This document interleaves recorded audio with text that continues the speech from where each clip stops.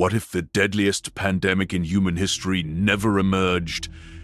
No plague ships, no collapsing cities, no Europe losing half its population. What kind of world would rise when nothing ever forced society to rebuild from the ashes? This documentary dives into a radically altered timeline beginning in 1347.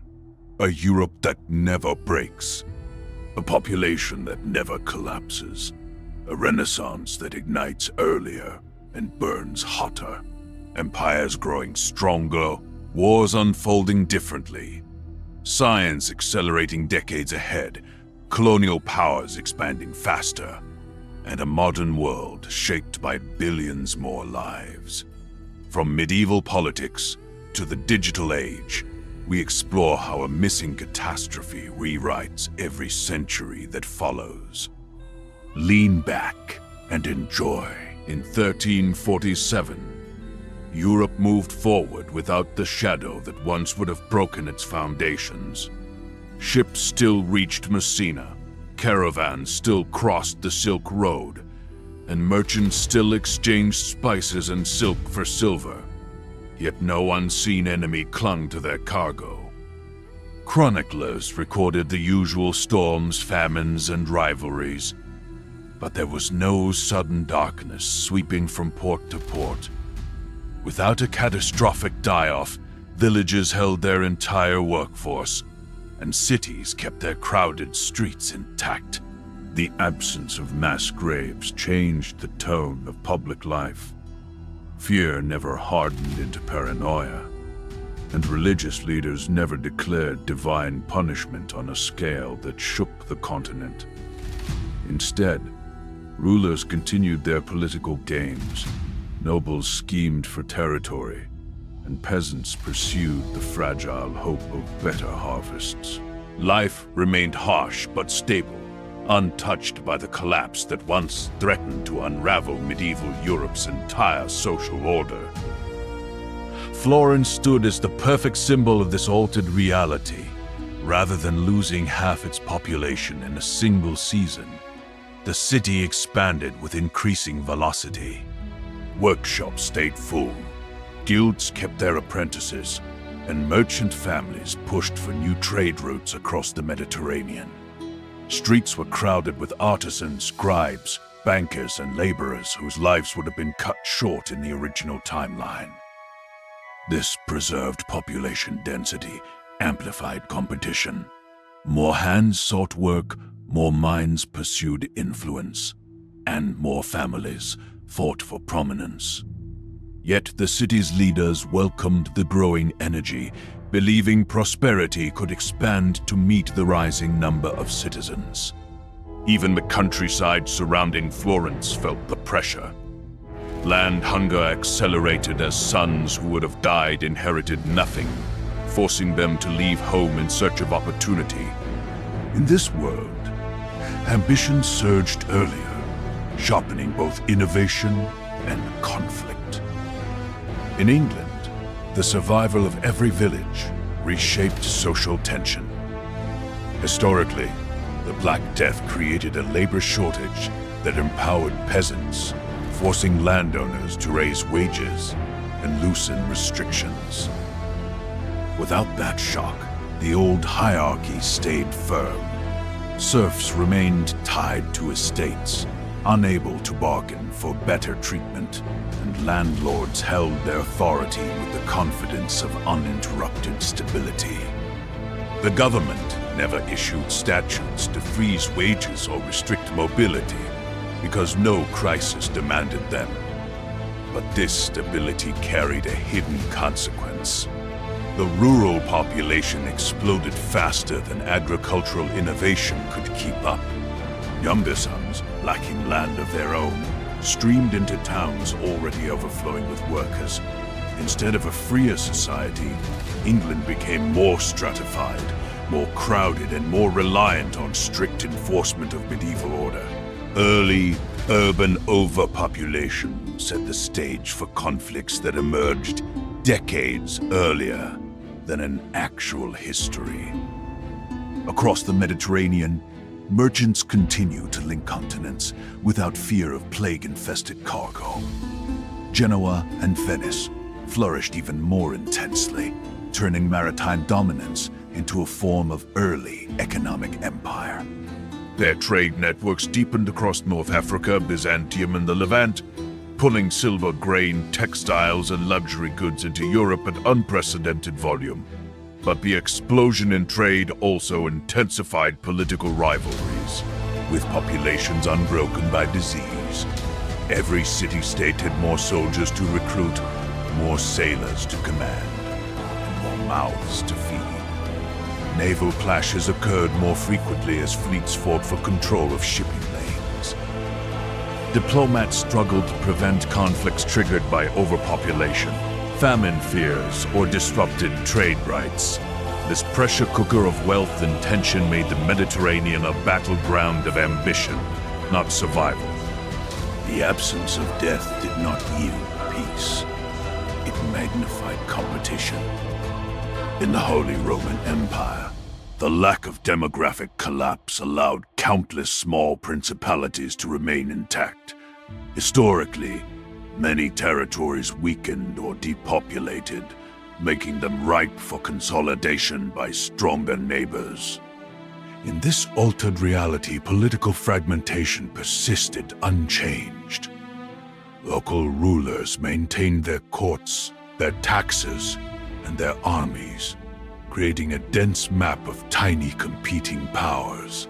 Without a crisis to force reform, imperial institutions remained sluggish, and rivalry between princes intensified.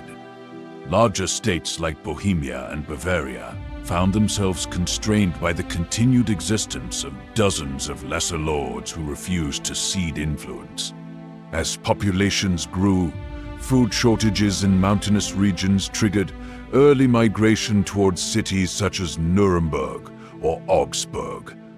Urban life became strained, overcrowded, and ripe for conflict as guilds resisted the rising number of unattached laborers fighting for survival within city walls. In Paris, scholars documented the period with careful fascination. Monasteries and early universities remained full, never losing the generations of thinkers that historically vanished. This preserved intellectual continuity, accelerated the transmission of knowledge. Manuscript production increased, theological debates expanded, and early scientific curiosity found more consistent voices. But the greatest change came from demographic pressure. With larger families and longer survival rates, competition for education intensified. Access to learning became a privilege reserved for those with wealth or connections, while the poorer classes were pushed deeper into overcrowded neighborhoods. The city's narrow streets overflowed with artisans, traders, beggars, and migrants seeking opportunity. Tensions between citizens and royal officials rose as taxes increased to support swelling urban populations. Paris grew louder, harsher, and more complex alive in ways history never recorded.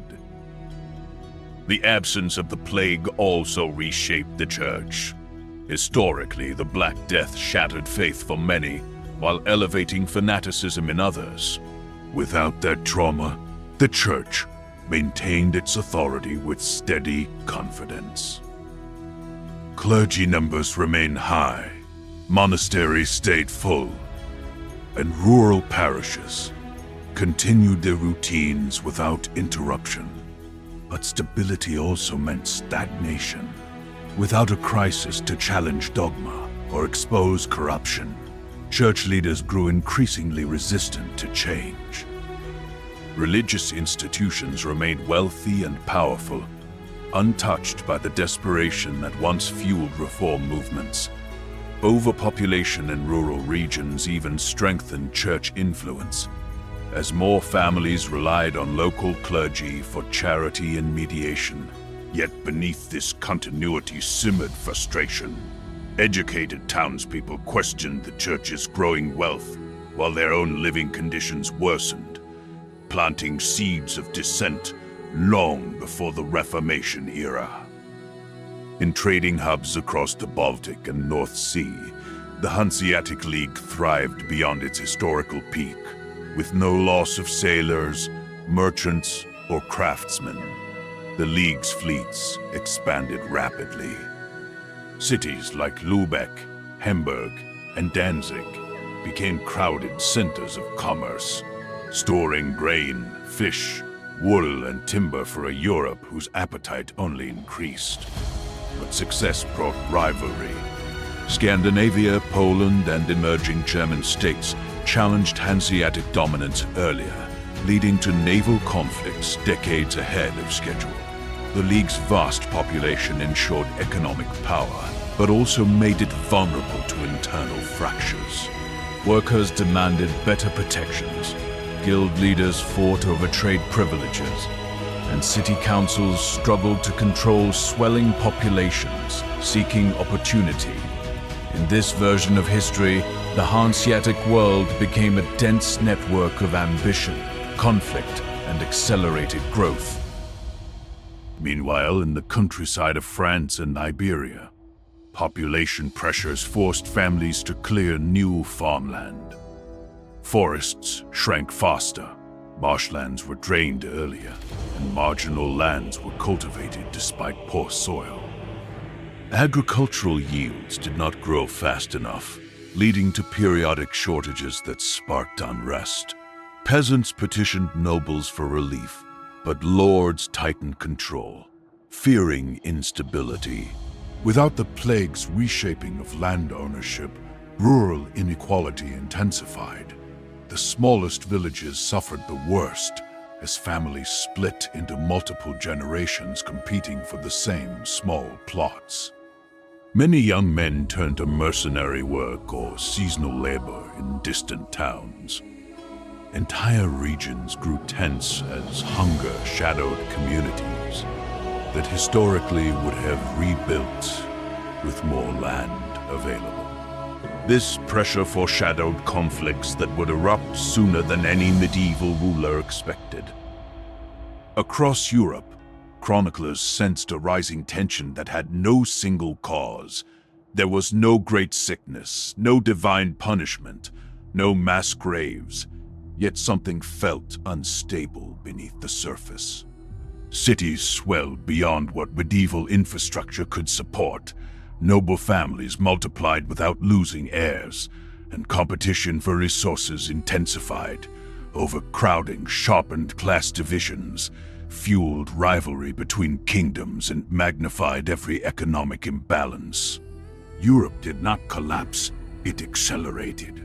The missing catastrophe created a continent bursting with life, ambition, and unresolved pressure.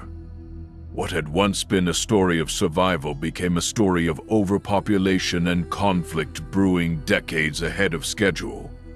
As the 1350s closed, the world faced a future shaped not by death but by unchecked growth, setting the stage for the next wave of transformation that would reshape the entire continent. Could the world have formed an unbreakable alliance decades before global chaos erupted?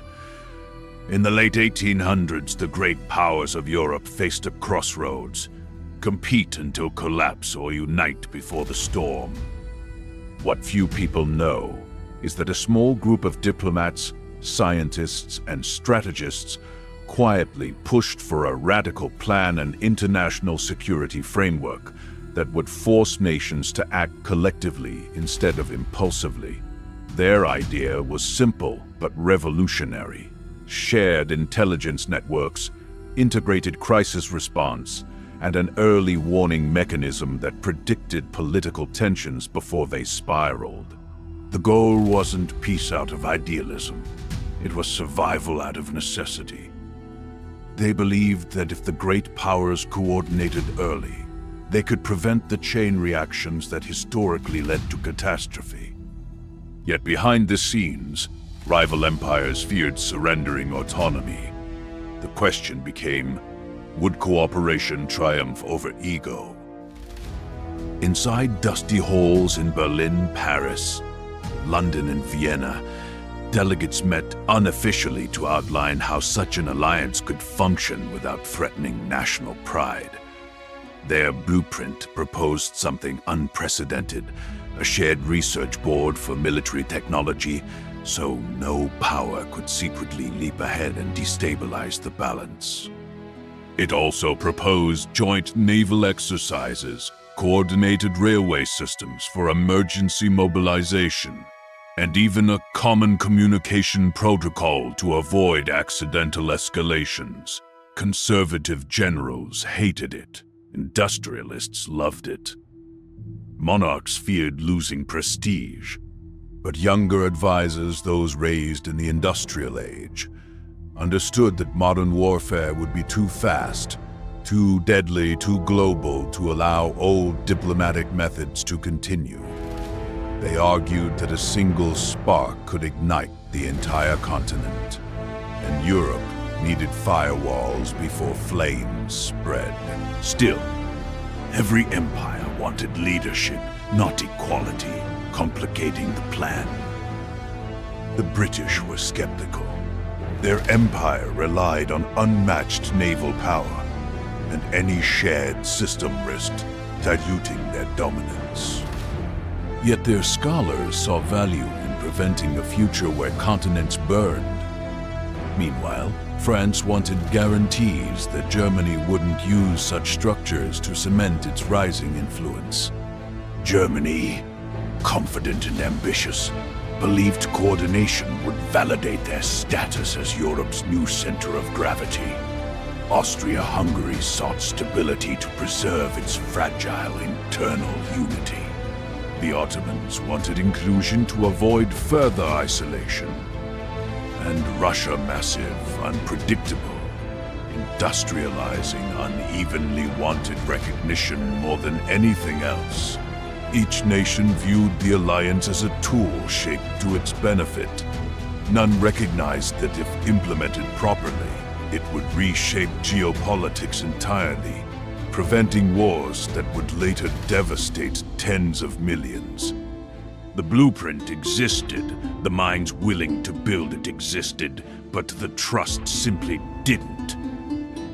Still, progress wasn't impossible. In 1894, during a coded correspondence exchange created by French engineers, early elements of the plan were tested. Diplomats transmitted risk assessments across borders, evaluating tensions in the Balkans, North Africa, and Asia. The system worked. Crises were flagged earlier than ever before, allowing calm negotiations instead of rushed mobilizations. For the first time, decision-makers felt the power of real-time information.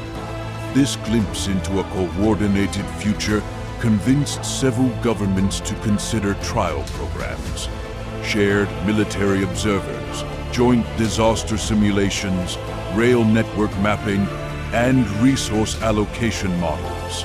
Though unofficial, these tests proved that cooperation wasn't only possible, it was efficient. The more they practiced, the clearer the truth became.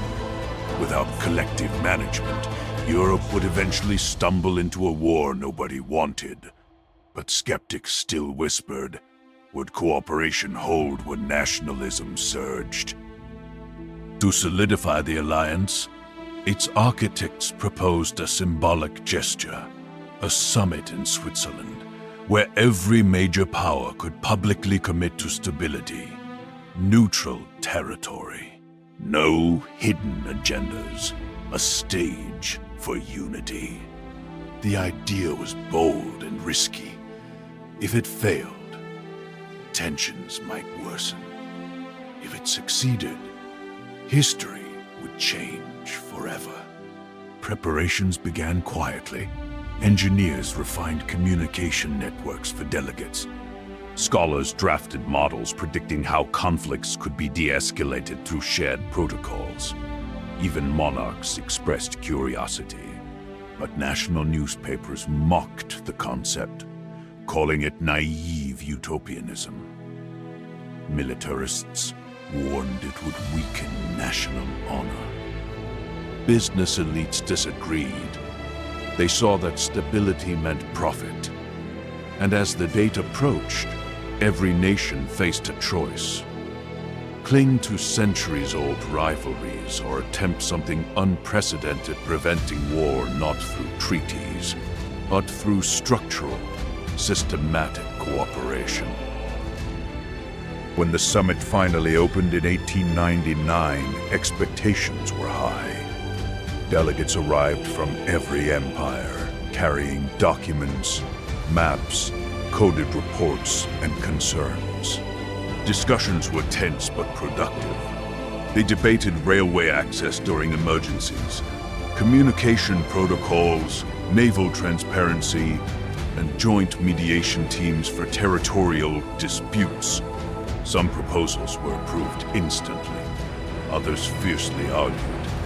But the defining moment came when a German strategist unveiled a predictive analysis model, simulating how regional conflicts could escalate into continent-wide catastrophes. The room fell silent. The visualization made one truth undeniable. Without coordinated systems, future wars would be industrialized slaughter. Even traditionalists felt shaken. Slowly, agreements formed. Carefully, signatures followed. What emerged wasn't yet a full alliance, but it was a framework, a spine for what could grow into a world-shaping network. However, the blueprint had enemies. Hardline generals across Europe felt threatened by anything that limited rapid mobilization, which they considered essential for national defense. They accused diplomats of undermining sovereignty and weakening deterrence. Secret memos circulated, claiming cooperation would make nations predictable and therefore vulnerable. Newspapers intentionally misrepresented summit agreements, pushing sensational headlines about foreign influence. Public opinion wavered. Monarchs hesitated.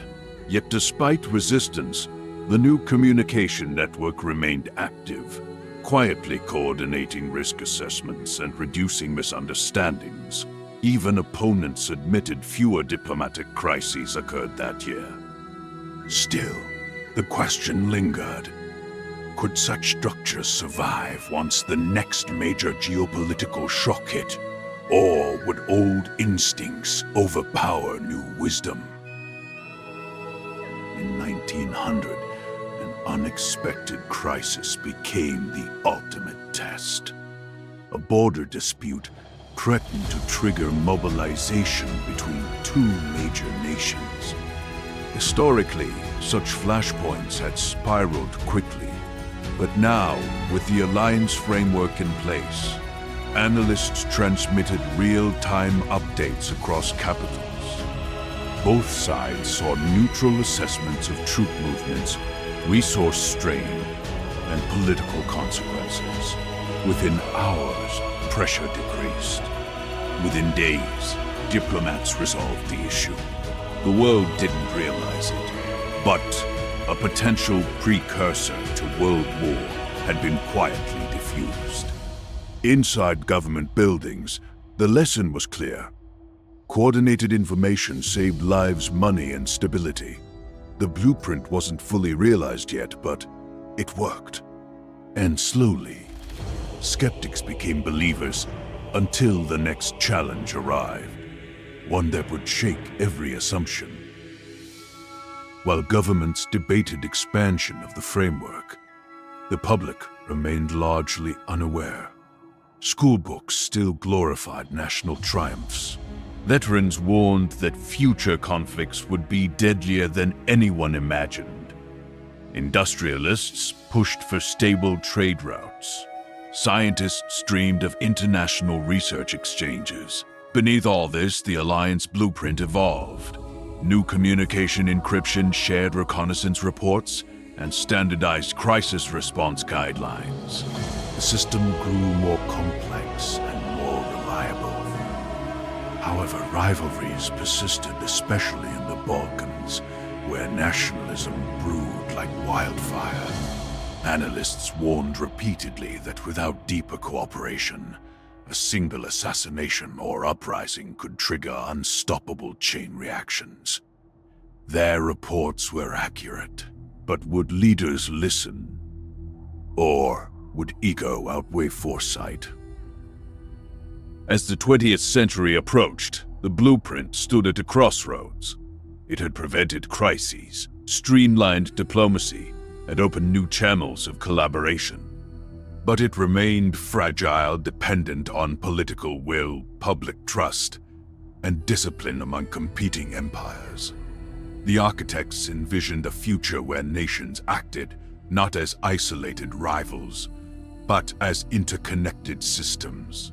They imagined an age where wars became obsolete because conflicts were intercepted before escalation. Yet the world still wavered between unity and fragmentation. Part 2 ends with the critical question: would the alliance strengthen enough to reshape the coming century? Or would hesitation cause the world disasters history once recorded? The disasters history once recorded. What if the most powerful empire of the Middle Ages discovered a blueprint for a machine that shouldn't exist for another 600 years? The question alone would destabilize the entire balance of power. By the early 1100s, as the Islamic Golden Age flourished, scholars in Baghdad gained access to the surviving fragments of the proto-globalization machine. Unlike the fragmented copies in Europe, these pages were intact, dense geometric diagrams, early mechanical schematics, and a strange section about distributed knowledge hubs. Islamic polymaths weren't strangers to innovation. They had already pioneered algebra, optics, and engineering. So when these fragments arrived, they didn't dismiss them as mysticism. They treated them as a challenge, a puzzle left behind by an unknown civilization. Within decades, the fragments became the ambitious foundation for a project called Bait al-Tawsiyah, the House of Expansion. Inside Baghdad's House of Wisdom, scholars studied the blueprints with relentless discipline. They identified gears too precise for medieval tools, but theorized workarounds, using water clocks, astrolabe mechanisms, and Damascus steel. Instead of building the impossible device literally, they adapted the underlying concept, connecting distant regions through standardized information flow. This gave birth to the Hakika grid, an early proto-network of relay stations, spanning trade routes from Persia to North Africa. These stations recorded agricultural output, tax data, travel logs, and even astronomical observations using unified formatting protocols. For the first time, information across the Islamic world was synchronized. Empires rose and fell based on communication. Now one civilization communicated faster, cleaner, and smarter than anyone else. The result? The Islamic Golden Age didn't decline, it accelerated. By 1150, the Hakika grid had evolved into something astonishing. Rapid response knowledge cells embedded in cities along the Silk Road. Caravan leaders received updates about bandit activity, weather patterns, and political unrest before they even left their starting point. Doctors exchanged medical observations through encoded scrolls, standardized for clarity and speed. Scholars in Cairo could collaborate with mathematicians in Samarkand as if they were in the same room, working from unified data boards. Universities reshaped their structure, creating collaborative halls, a precursor to research labs. Every improvement flowed through the grid like electricity through wires. The region became the intellectual engine of the world, and the machine blueprint was credited as the divine spark. Meanwhile, Europe felt the ripple effects. Crusaders returning from the Middle East encountered cities lit by systematic lantern grids, archives organized like libraries of the future, and mathematicians using knowledge-sharing systems beyond their comprehension. Some crusaders stole fragments of the blueprint, attempting to replicate them in monasteries.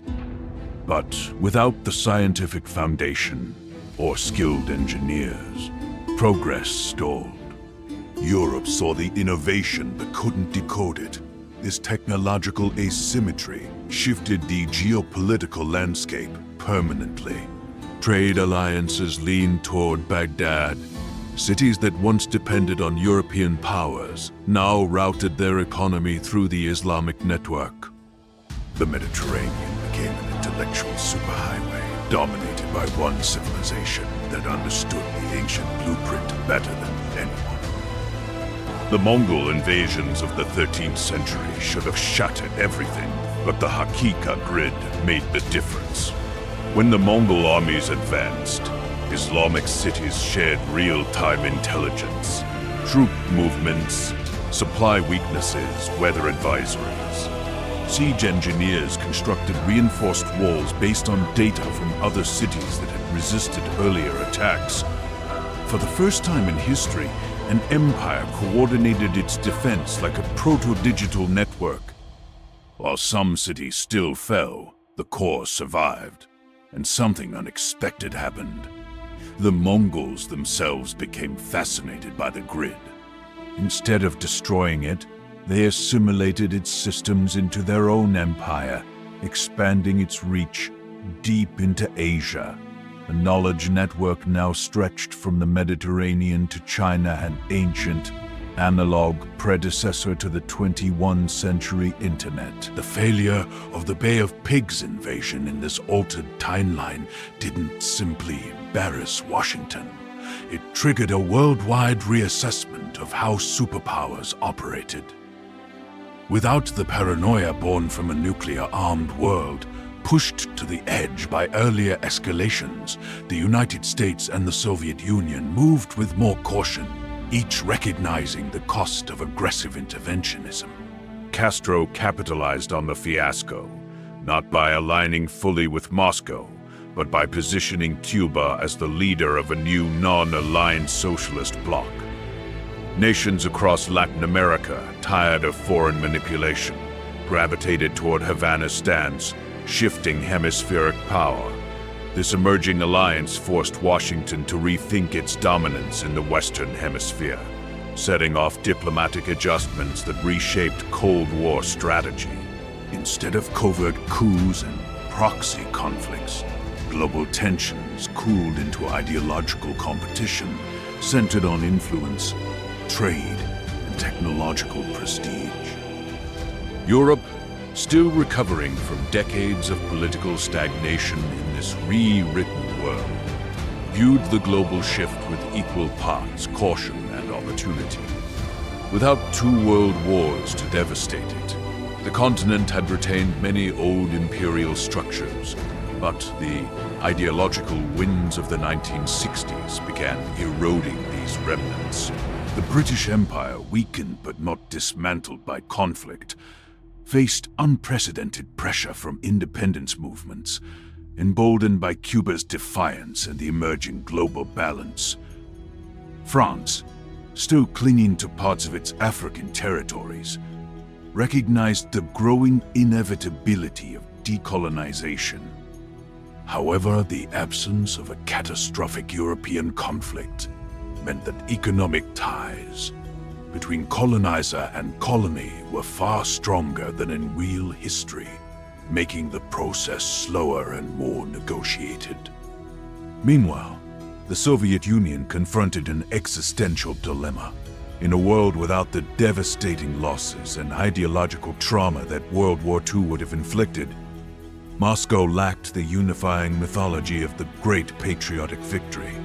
Its authority across Eastern Europe remained fragile. Satellite states, less fearful of Western invasion or fascist resurgence, pushed for autonomy. East Germany's intellectual class demanded reforms that mirrored those of Prague's blossoming movement earlier than in our original timeline. Poland, richer due to uninterrupted agricultural exports, resisted Moscow's directives with increasing boldness.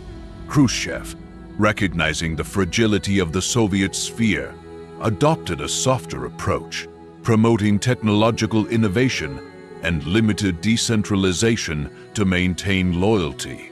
This pivot redirected Soviet energies away from military escalation and toward internal modernization, accelerating scientific development. China, observing the shifting Cold War dynamic, maneuvered with precision. Without the historical backdrop of Japanese atrocities in World War II, Chinese nationalism developed along different lines, focusing more on industrial progress and ideological purity than revenge or territorial reclamation.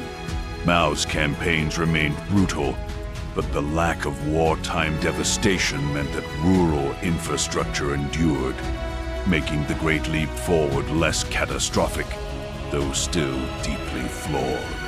Tensions between China and the Soviet Union emerged earlier as Beijing sought a more independent path within global socialism. China positioned itself as the champion of post-colonial nations, leveraging its agricultural innovations and expanding industrial base.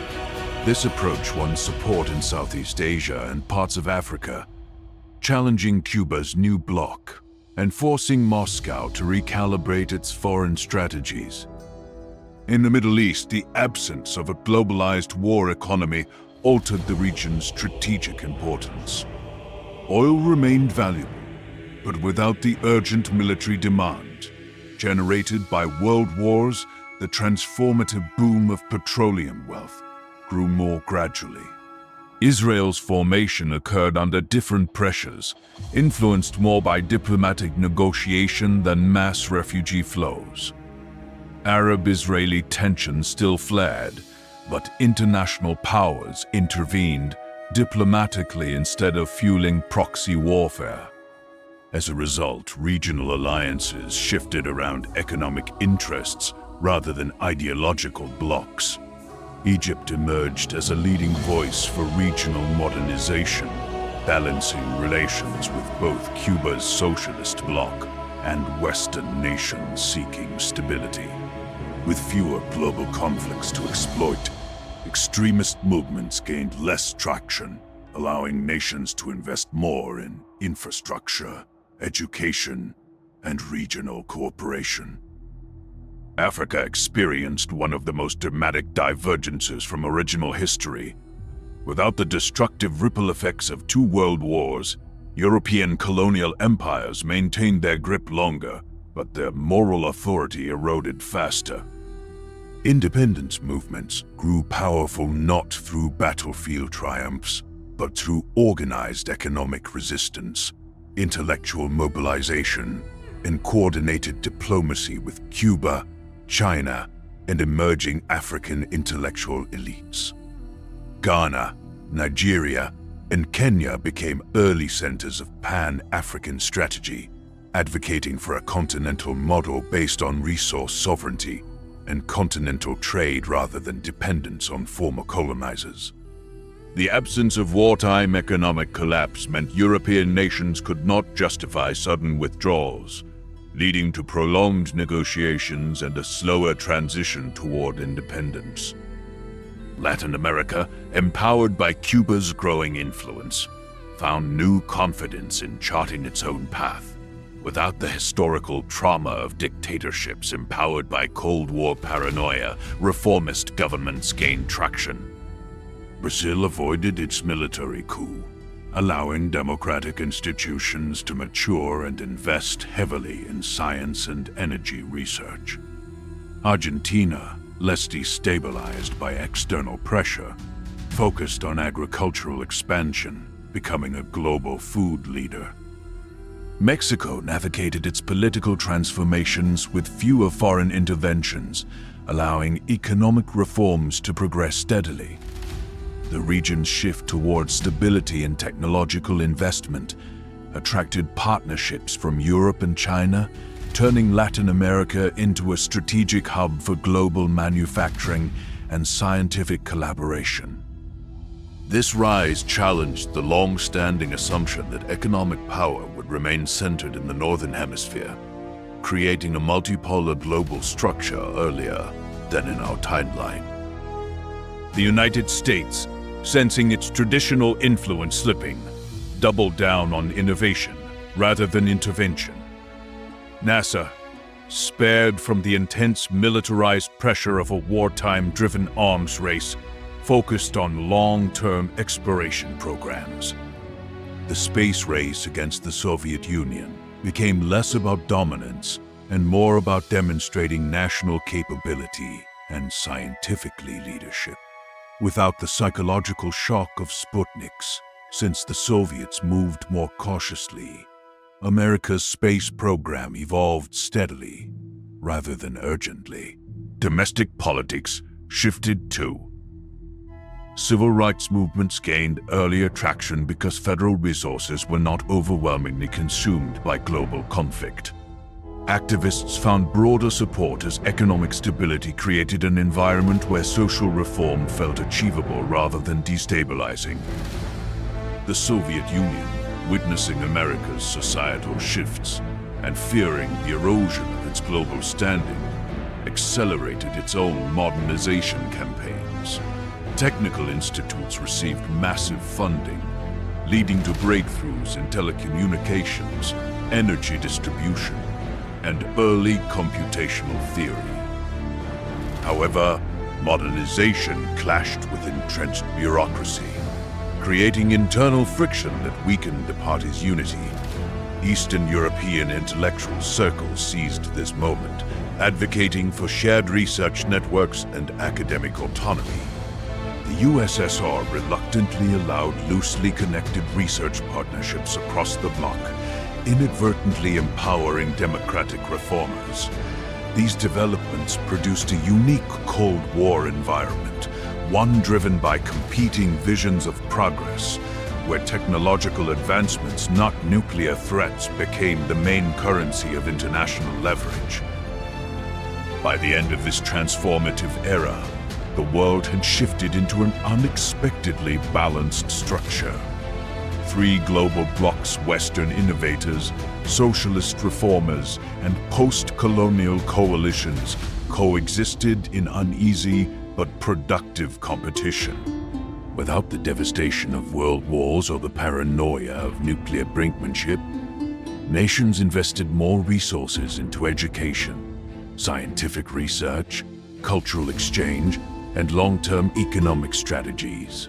Conflicts still existed, but they were driven by ideological ambition rather than existential fear. Humanity found itself standing at the threshold of a technologically rich century, shaped not by scars of total war, but by the slow, deliberate evolution of political systems and the rise of empowered regions across the globe. This world, while far from perfect, carried the potential for a different future, one rooted in cautious cooperation, calculated rivalry, and the shared pursuit of progress. The mid-14th century Europe was on the brink of transformation. Without the Black Death sweeping across the continent, populations remained dense, cities continued to grow, and the social and economic structures persisted largely intact. Serfs remained tied to their lords, guilds retained control over craft production, and aristocratic families maintained their wealth without the sudden labor shortage forcing wage concessions.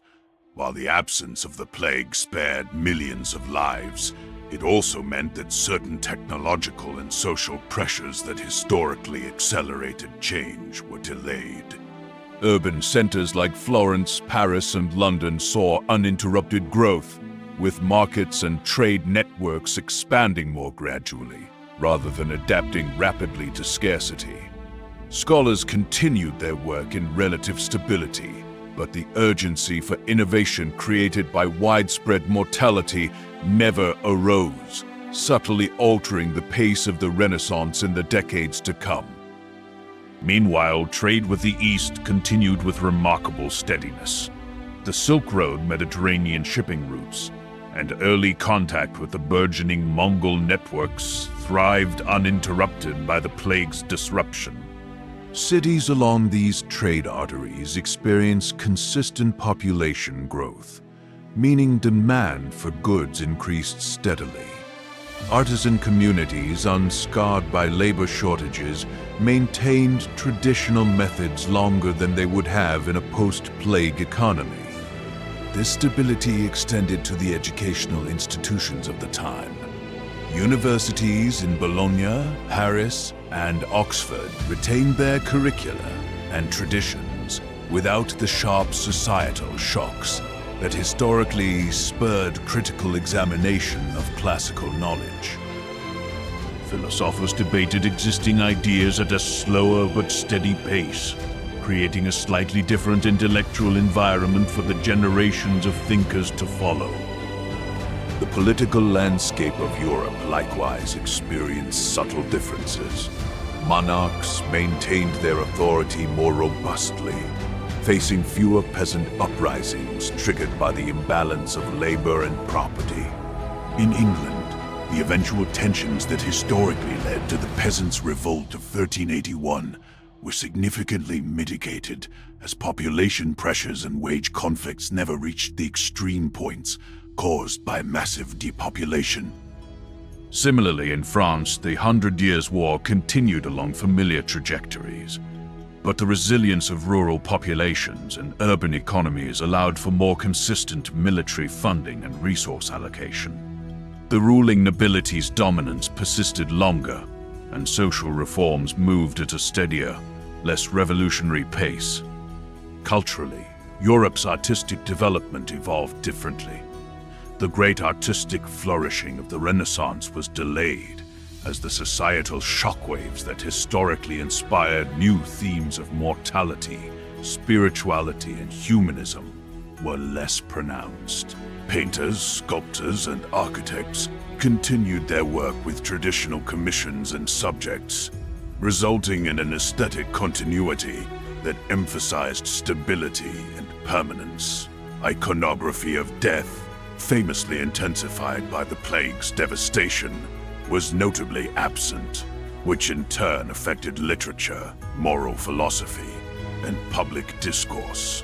The societal focus remained on continuity, law, and faith, rather than on the fragility of life and the urgency for innovation. Economically, the absence of the Black Death meant that labor remained abundant, and wages stayed low, keeping the gap between peasants and landowners wide. Agricultural production continued at a steady rate, but incentive for mechanization or experimentation with new techniques was limited.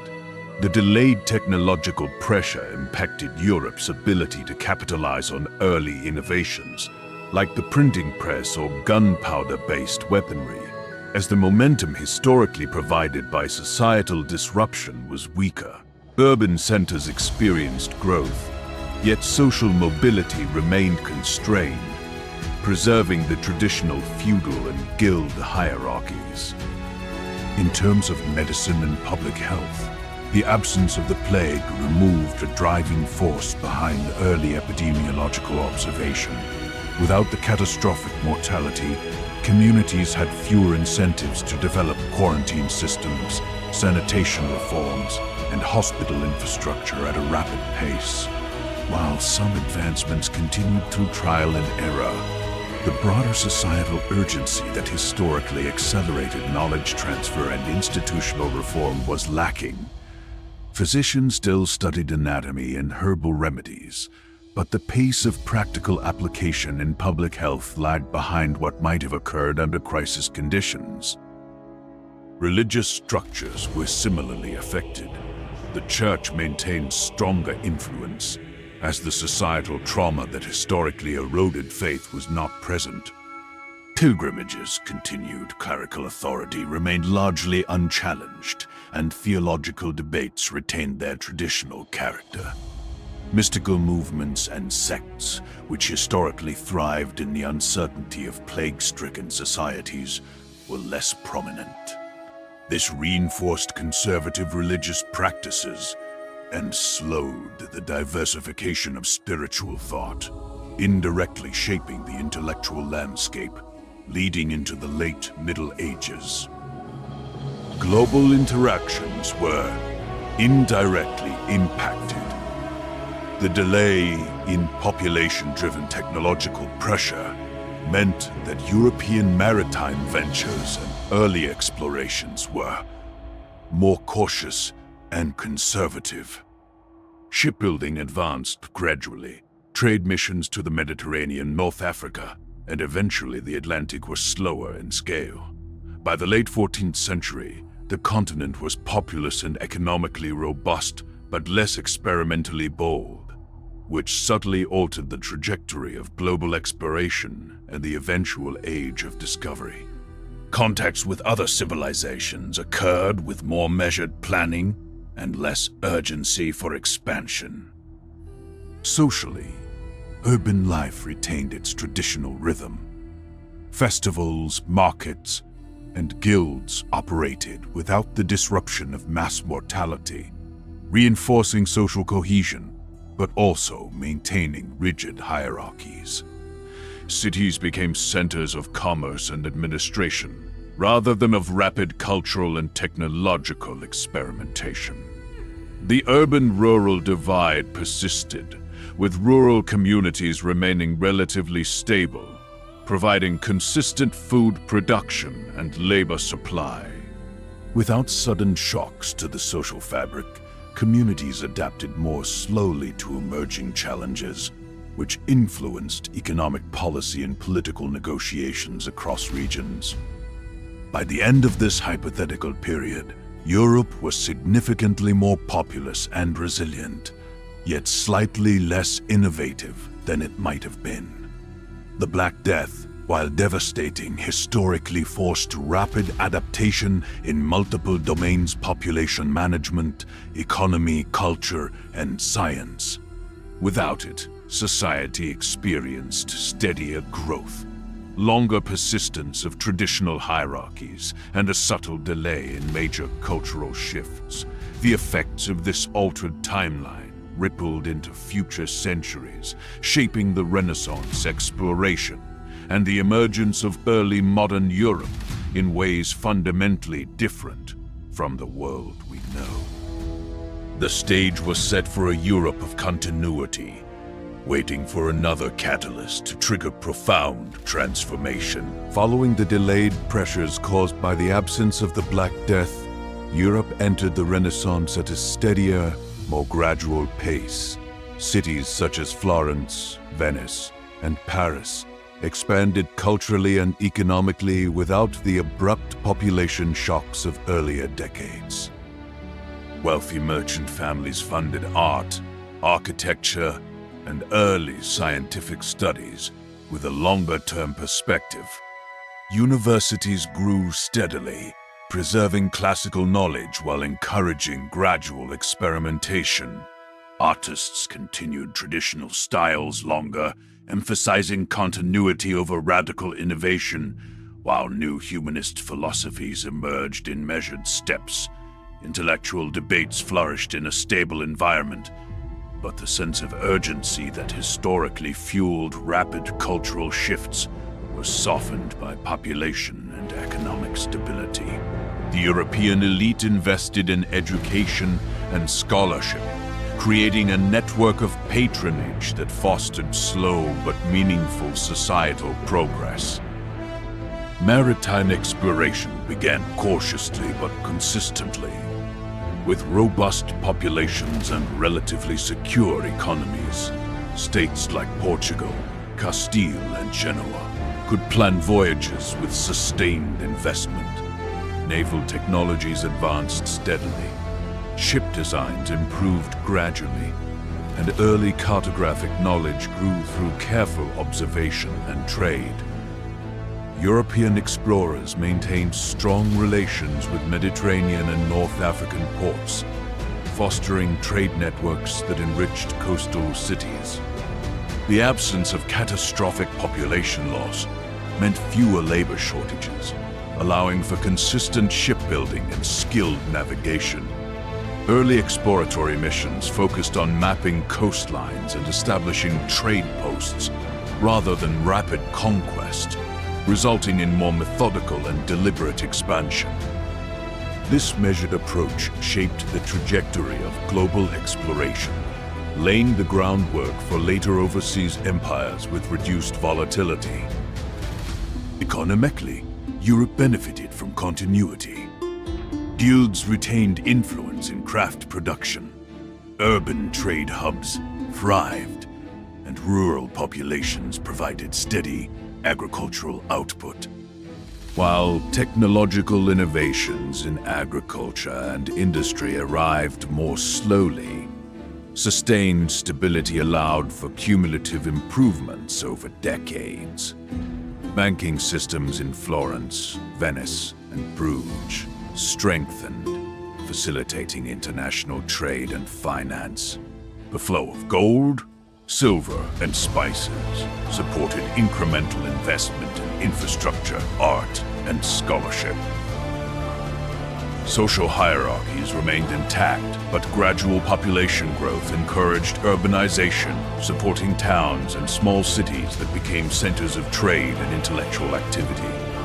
Markets were resilient, and economies adapted predictably, fostering a renaissance that was controlled, deliberate, and sustainable.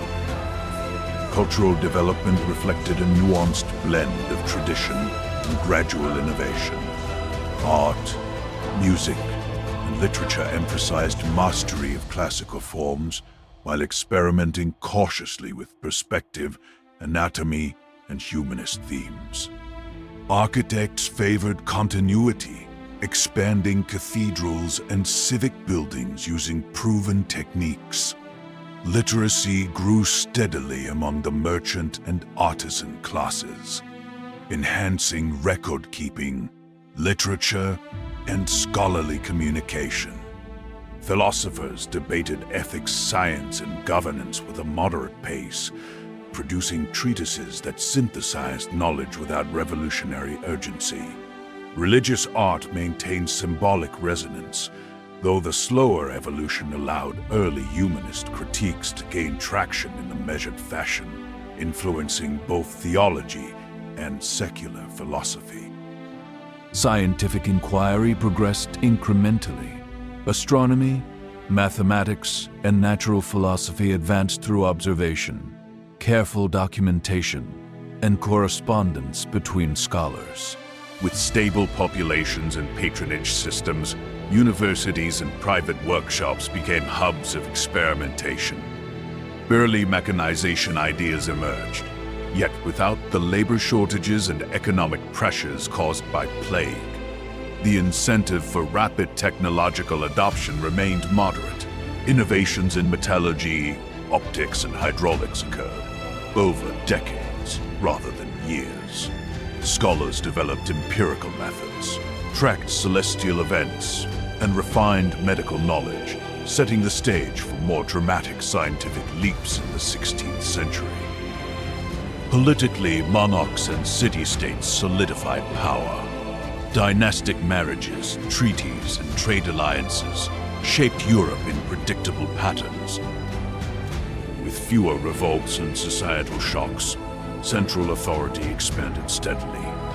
Italian city-states like Florence, Venice, and Milan balanced mercantile interests with civic governance. France and England recovered from earlier conflicts and focused on consolidation.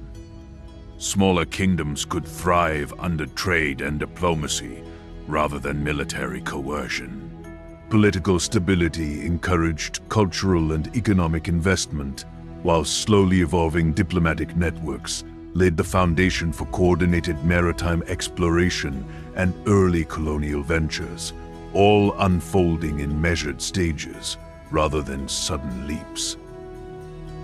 Global awareness slowly increased. Contact with African, Middle Eastern, and Asian states through trade networks brought knowledge of geography, goods, and technologies.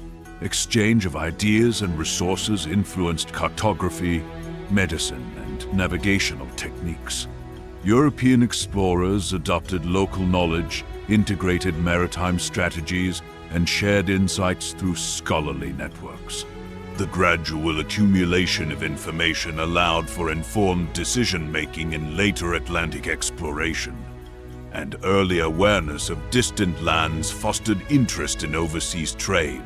This steady global integration emphasized stability and learning, producing a renaissance of careful observation rather than radical upheaval. Social structures remained hierarchical yet increasingly interconnected.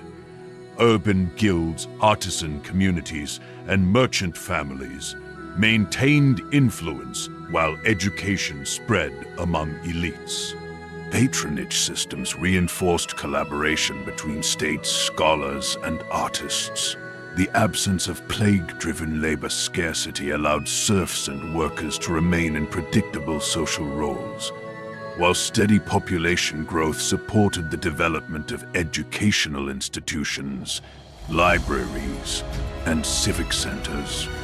Social mobility increased slowly, fostering an environment where knowledge, wealth, and cultural production could thrive without sudden disruption. Religious institutions retained authority, though humanist critiques gained footholds. Clerics collaborated with scholars in universities and workshops, often serving as patrons of art and science. Religious festivals and civic rituals remained central to community life. The Church's moral and educational role continued with stability, allowing for a moderated introduction of reformist ideas. Slowly, intellectual debate and scholarship began to challenge dogma in a controlled evolutionary manner, preparing Europe for later religious and political reform movements in the 16th century. By 1500, Europe had emerged as a populous, stable, and culturally rich continent, where Renaissance ideals unfolded at a measured pace. Scientific observation, art, literature, exploration, and diplomacy advanced through deliberate progress rather than shock-driven acceleration. The stage was set for the eventual age of discovery, global trade, and early modern statecraft. Yet all developments bore the hallmark of continuity and slow evolution. The Black Death's absence had delayed sudden transformations, producing a renaissance characterized by careful accumulation of knowledge, deliberate experimentation, and social cohesion. Europe was ready for its next great leap, tempered by centuries of uninterrupted stability. Europe's gradual renaissance and early maritime exploration paved the way for a transformative century. The absence of the Black Death had produced denser populations, stable economies, and measured innovation, giving states like Portugal, Spain, and England the resources and manpower for overseas expansion. Voyages of discovery were methodical, based on accumulated cartographic knowledge and diplomatic intelligence, rather than sudden conquest. Settlements, trade posts, and navigation networks developed steadily along the African, Asian, and American coasts. Cultural exchange intensified, introducing European goods, technologies, and ideas to distant lands, while acquiring knowledge of local customs, crops, and minerals. This measured approach reduced catastrophic conflicts and allowed for gradual assimilation of global trade systems. Colonial empires emerged cautiously. Portugal and Spain established footholds in Brazil, West Africa, and the Philippines, focusing on sustainable trade and alliances with local powers. The absence of sudden population collapses in Europe allowed colonies to thrive through consistent immigration and skilled labor. Navigation relied on perfected cartography, refined compass techniques, and shipbuilding innovations developed over decades. The flow of silver, Spices and exotic goods enriched European economies without the financial instability caused by war or plague in earlier centuries. Cities like Lisbon, Seville, and Antwerp became hubs for global commerce, intellectual exchange, and diplomatic coordination, anchoring Europe's influence in a controlled and stable manner. Economically, mercantile systems matured. Banking families expanded credit networks supporting overseas ventures, while trade guilds regulated production standards and maritime logistics. Agricultural productivity sustained growing populations without labor shortages, allowing slow technological adoption in irrigation, crop rotation, and food storage. European merchants increasingly coordinated with foreign markets, fostering cross-cultural exchanges and knowledge transfer. Inflationary pressures remained minimal due to controlled resource flow and deliberate investment strategies. Economic stability encouraged state sponsorship of exploration, scientific inquiry, and artistic patronage, producing a unique period of sustained wealth accumulation without the disruptive shocks that historically accompanied early colonialism. Scientific and navigational knowledge advanced steadily. Astronomers and mathematicians refined celestial mapping techniques, while cartographers updated world maps with careful verification. Shipbuilders improved hull designs and rigging, gradually extending maritime range. Scholars studied local flora, fauna, and ethnography, documenting observations in methodical treatises. Empirical approaches guided experimentation in metallurgy, optics, and early chemistry, laying groundwork for later scientific revolutions. Universities served as repositories of knowledge, linking European and colonial discoveries. Progress was cumulative, slow, and reliable, producing a foundation for accelerated innovation in the subsequent century, without the societal disruptions seen in our original timeline. Socially, urban populations expanded, supported by robust trade and education systems. Merchants, artisans, and scholars formed networks, fostering collaboration, intellectual exchange, and cultural refinement. Patronage systems flourished, supporting artists, writers, and scientists. The Catholic Church maintained authority but engaged more openly with humanist scholars. Religious institutions sponsored exploration and scholarship, blending spiritual and practical ambitions. Civic life thrived as festivals, marketplaces, and guild activities reinforced cohesion.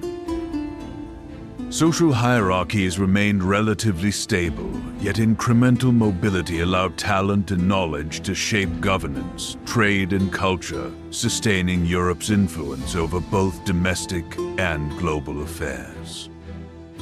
Diplomatically, European states maintained cautious alliances and rivalries. Dynastic marriages, treaties, and trade agreements prevented large-scale continental conflicts. Portugal, Spain, England, and France carefully negotiated spheres of influence in newly explored territories, avoiding rapid militarization. Diplomatic correspondence and intelligence networks allowed early coordination on trade routes, navigation challenges, and colonial disputes. Centralized authority in burgeoning states stabilized policies over decades, reducing the risk of sudden upheavals. Political planning was deliberate, measured, and strategic, supporting long-term imperial and economic ambitions while maintaining domestic stability. Cultural life reflected slow but consistent refinement. Literature, music, and art evolved through deliberate experimentation, integrating classical Renaissance forms with new global influences. Humanist philosophies flourished in universities and private salons. Artists explored perspective, anatomy, and exotic motifs gleaned from trade. Architecture expanded cities' cultural landmarks with balanced innovation. Scholarship documented discoveries, producing encyclopedic knowledge of geography, natural science, and ethnography. Scientific illustration and meticulous record-keeping connected exploration to intellectual advancement, producing a renaissance of observation rather than sudden transformation. Health and medicine benefited from accumulated knowledge. The gradual approach to population growth and urbanization allowed physicians to refine treatments, sanitation practices, and hospital systems. Epidemic management improved slowly, using observational techniques and empirical remedies. Combined with steady nutrition and agricultural surplus, public health supported population expansion and workforce stability, further reinforcing exploration, urban growth, and trade. Incremental medical knowledge strengthened social resilience and supported the intellectual and economic achievements of this era. Health and medicine benefited from accumulated knowledge.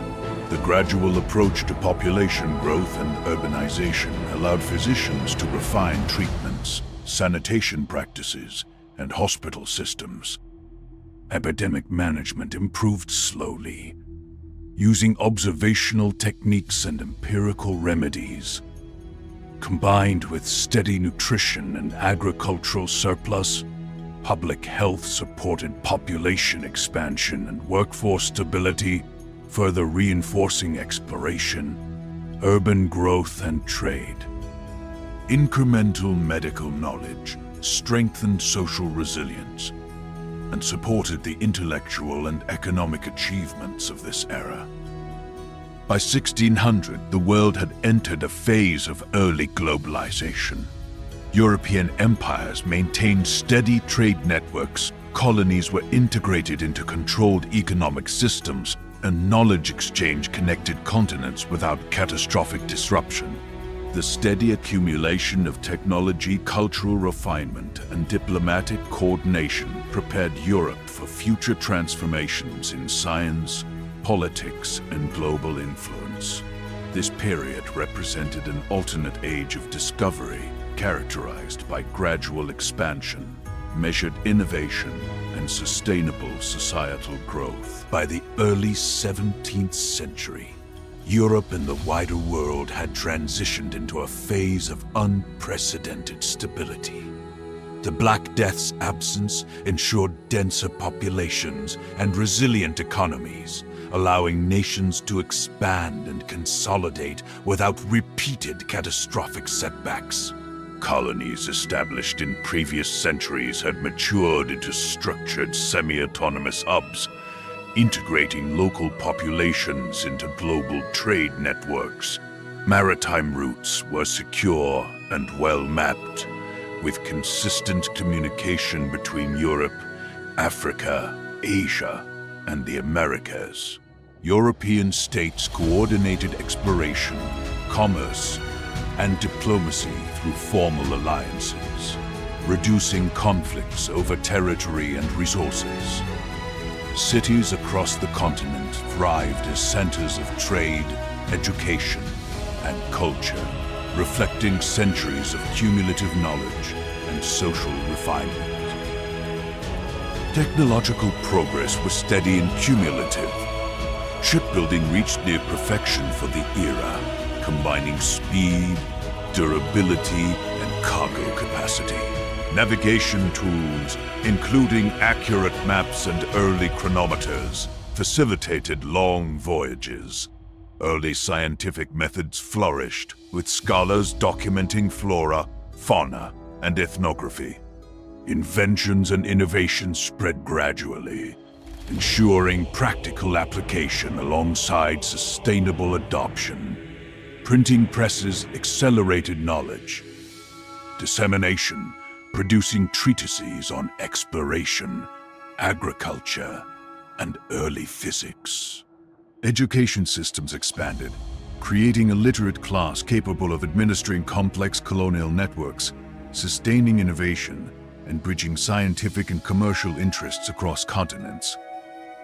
Political power in Europe stabilized around strong, centralized states. Monarchies, merchant guilds, and emerging parliaments maintained a delicate balance of authority. Diplomatic negotiation, rather than sudden warfare, determined territorial boundaries, trade privileges, and maritime control. Colonies operated under formalized charters with explicit rules for governance and resource management. As a result, international relations were predictable, enabling strategic long-term planning and coordination. State-sponsored exploration continued, guided by accumulated knowledge and informed risk, ensuring gradual yet expansive global presence without disruptive military conquests. Economically, this era saw sustained wealth accumulation, agricultural advances, secure trade routes, and stable labor forces supported population growth and urbanization. Banking networks facilitated long-distance commerce, allowing large-scale investments in colonies and enterprises.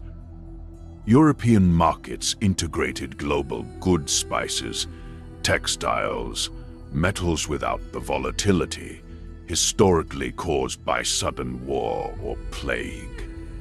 Trade became a driver of technological and cultural exchange, connecting artisans, scholars, and merchants across continents.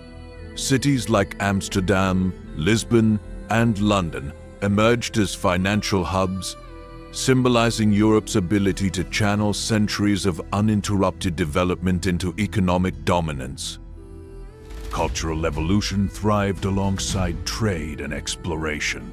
Art, literature, and music absorbed influences from across the globe, producing hybrid forms that reflected both tradition and novelty.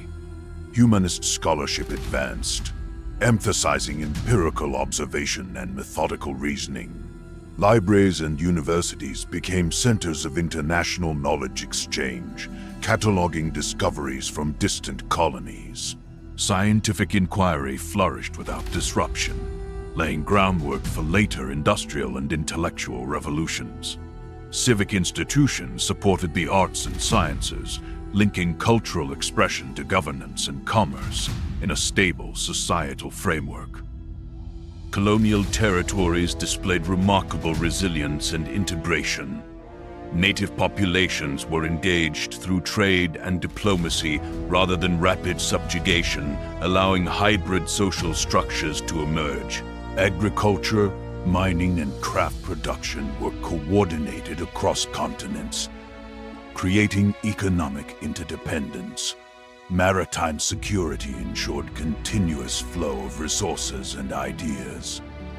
This slow, systematic integration mitigated the catastrophic cycles of rebellion, disease, and famine that had characterized early colonial encounters in our timeline. By the end of the century, colonies were self-sustaining, well-managed, and culturally intertwined with their European sponsors. Military structures evolved to reflect stability and technological accumulation. Armies and navies were well organized and disciplined, designed for defense and strategic enforcement rather than sudden conquest. Gunpowder technologies advanced cautiously, supporting controlled engagements and secure trade routes. Fortifications protected both European cities and colonial holdings, integrating geographic intelligence, early engineering, and tactical planning.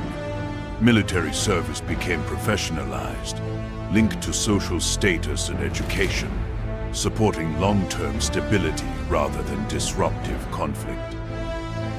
Global communication advanced alongside trade. Early postal networks, signal systems, and cartographic records connected empires and colonies. Merchants, Diplomats and scholars could transmit information reliably across vast distances, facilitating coordinated exploration, commerce, and knowledge exchange. Information flow underpinned political, economic, and cultural stability, allowing societies to respond methodically to crises rather than react impulsively to disasters. This unprecedented connectivity reinforced global integration and set the stage for further scientific and industrial advances in the coming centuries. By 1700, the world had reached a state of sustained global growth, knowledge accumulation, and societal stability. European and colonial networks operated with predictable efficiency, populations thrived, and economies expanded steadily. Scientific inquiry and cultural expression flourished under continuous stability. Exploration and colonization had produced integrated global networks rather than fragmented empires. Humanity's progress, uninterrupted by major pandemics or global conflicts, laid the foundation for accelerated innovation, industrialization, and eventual modernity centuries ahead of what occurred in our original timeline. The alternate historical trajectory demonstrates the profound impact of early disease avoidance and measured societal growth. Every institution, city, colony, cultural endeavor reflected centuries of continuous learning and adaptation. Humanity's global interconnectedness was optimized, with early infrastructure knowledge transfer and diplomacy ensuring that the world of 1700 was resilient, sophisticated, and prepared for the coming scientific revolutions. The Black Death's absence transformed not just Europe but the entire planet, creating a timeline of methodical progress and enduring stability.